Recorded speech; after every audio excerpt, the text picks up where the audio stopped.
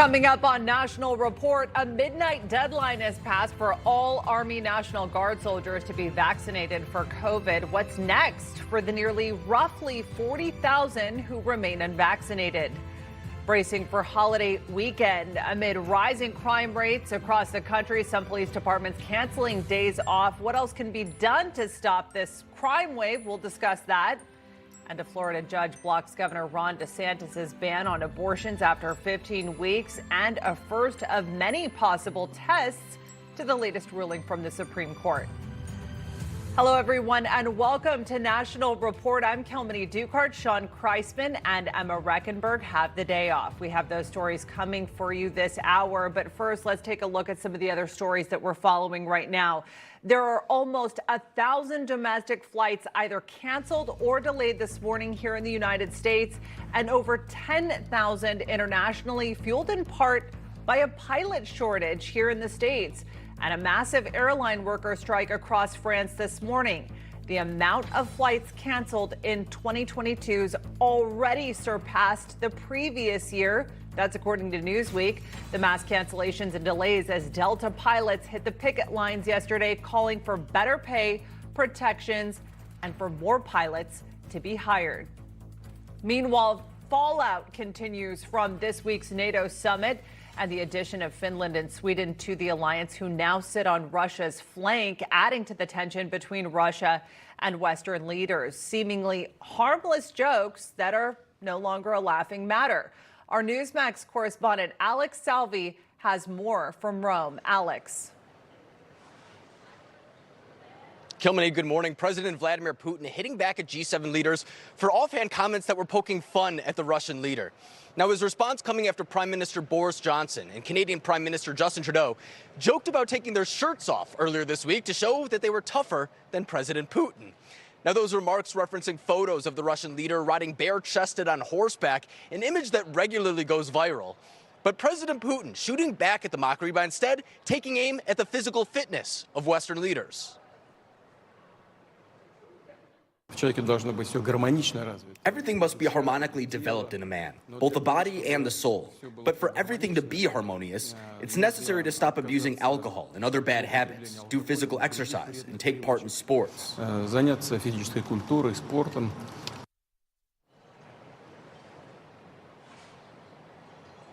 Now he goes on to say that Western leaders would look disgusting if they tried to emulate his shirtless appearances. I'll let everyone at home try to picture that for themselves. But that wasn't even the end of the saga. Shortly after those comments, UK Prime Minister Boris Johnson informed about Putin's response, to which he noted that the Russian leader was focusing on the wrong issues. I think that he should think about the consequences of his barbaric actions, the way it has, his invasion has actually brought the West together. Now, there certainly was no shortage of condemnation of President Putin at this week's G7 and NATO summits, which criticized Moscow's latest aggression, particularly against Ukraine. NATO laying out its priorities for the next 10 years, calling Russia the most significant and direct threat for the alliance, suggesting that there won't be any reconciliation between these leaders in the near future. Kelmany? Thanks for that. Alex Salvi, live from Rome.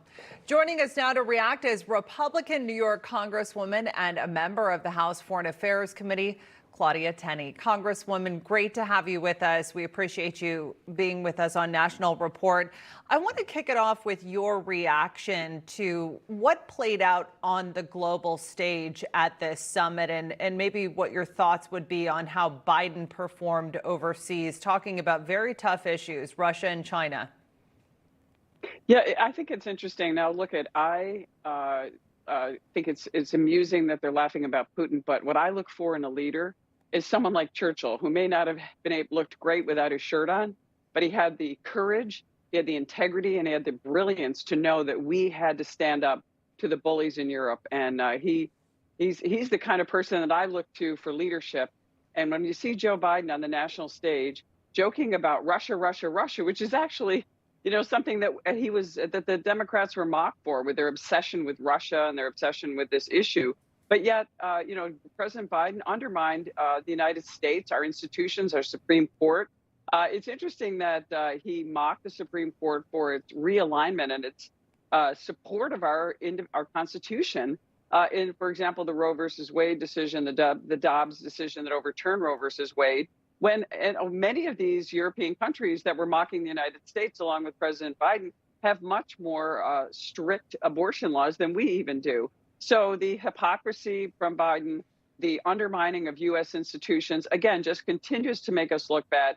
And our enemies are watching. They're watching what Joe Biden does, how he's a poor leader. They're seeing this disaster at our southern border, where we saw the tragedy of people suffocated to death in the back of a tractor trailer because of his policies, which is why I continue to call for his impeachment, as well as the impeachment and the removal of Secretary Mayorkas, who are putting the Americans in grave danger, and they're completely derelict in their duty to protect this nation at the border and also on national defense. And Congresswoman, I know you were just alluding to the president's comments where he called for Roe v. Wade to be codified into law. I want to play this soundbite really quickly.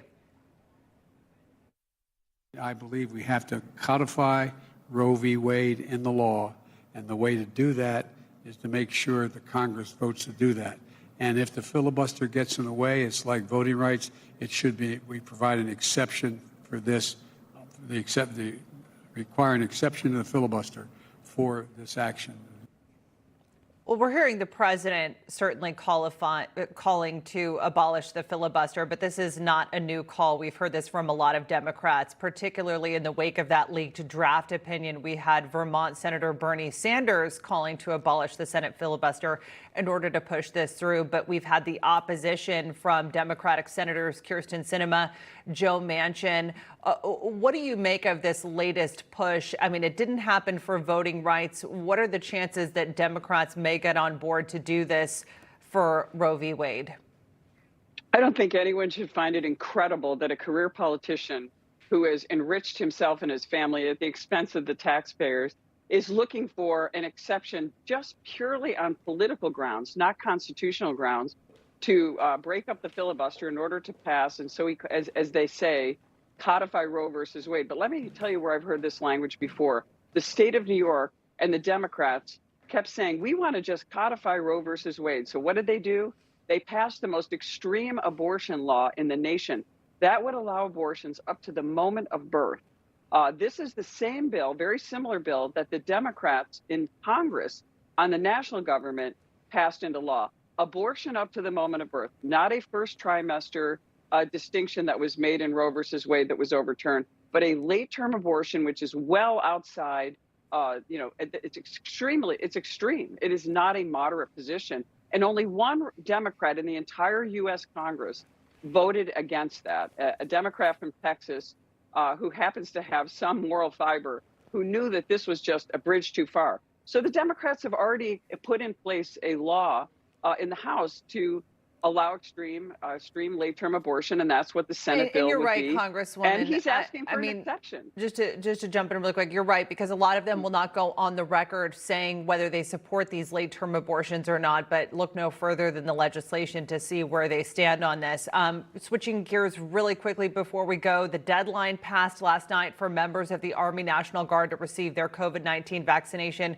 We know over 40,000 troops let the deadline pass without getting it. Those soldiers are slated to be discharged. With recruitment, we know already an issue for the armed forces. Is this vaccine mandate leaving our military in a weakened position right now for future deployments?